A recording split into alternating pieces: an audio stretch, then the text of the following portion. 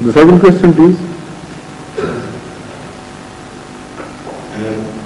We believe that life after death, we get rewarded for our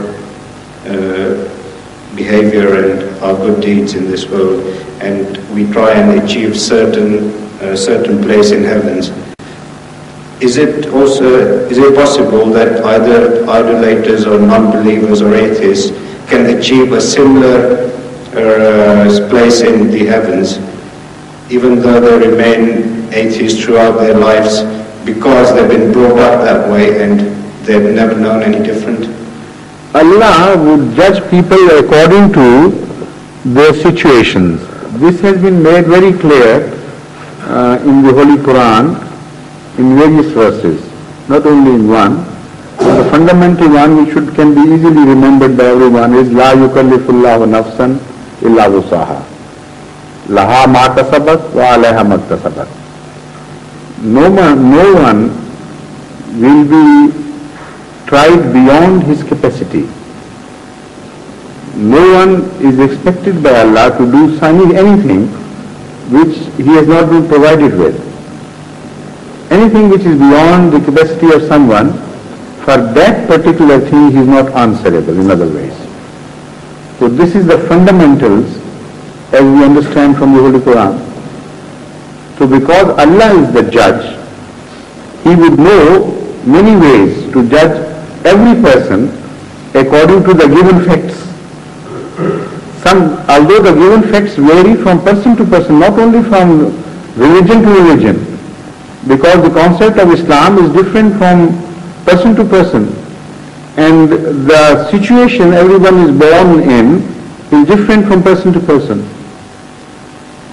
So apparently we are all alike like Muslims sitting together, but in the eyes of Allah there would be as many stems of Islam as there are individuals living in this world, and as many various situations. This is why the Holy Quran tells us, and the tradition also speaks on this, that every soul is provided with its different reckoner. We have our own individual reckoners, like Mr. Rashid asked this question 2 days ago about Munkar Nakir. This is the concept of Munkar Nakir.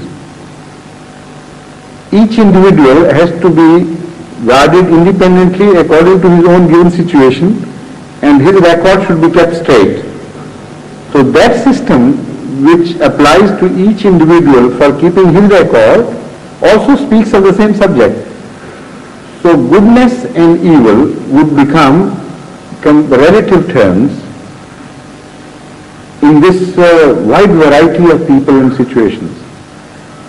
So an atheist may be a good, well-intentioned person, a good-meaning person within the scope of his concept of good and evil. He may be doing good things, or he may be doing bad things, and he may even begin to believe in God while we don't know. As in the present day, Russia is getting worried about these things.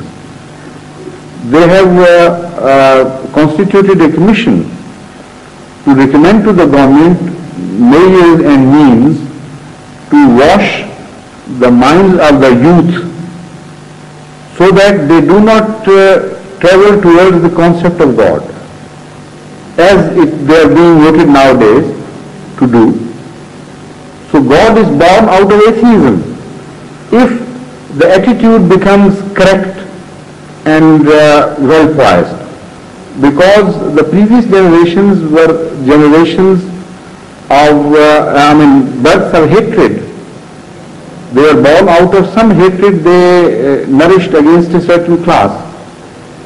The youth in Russia is no longer the child of hatred.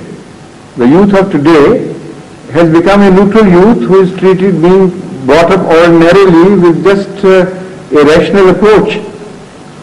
So with that corrected bias which was previously held by the Russians, he is more likely, more prone to become religious, and And this is now exactly which is being observed by the Russian people themselves, and they are getting worried. As I told you, they are trying to introduce measures whereby the youth would be completely disbriefed on this question. Yet they can't stop it. It is a natural growth, because according to Hazrat Muhammad Mustafa sallallahu alaihi wasallam, every man is born, every human being is born on fitrah, which is Islam. So if you don't interfere with it, a God has to emerge from within you, because He has created you and you know better than anybody else, according to the claim of the Holy Quran.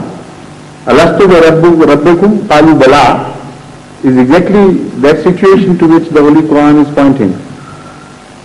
That within every soul, if one realizes and sinks into oneself, there is an answer that I am not just chemistry, I am not just physics, I am something. And that something has some deep sympathy and association with that creator.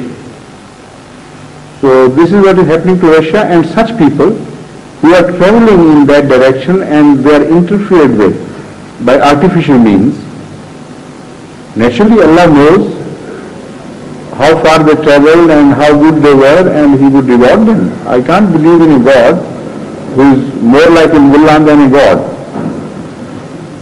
Our God is the creator of the universe, is so great, so immense, it's unbelievably so. So our limited vision should not try to limit the capacities or the wisdom or the mercy of God, which are absolutely boundless. Now the Iran, please. I'm sorry, I forgot. So we can sit for a few minutes more, if you please. It was a thought of prayer which was compelling me to stop right at dot. But if there is any question, I can sit for a few minutes more. But you are a professional, aren't you? You can be used later on at the time of exigency. Yes, please. You know, for today, for tonight and for tomorrow, I should prefer questions to be asked by the visitors rather than the Londoners, because the Londoners have opportunity every day. Yes, please. जो सवाल ये था, एक दोस्त ने किया था, उसका भी जवाब नहीं दे सके कि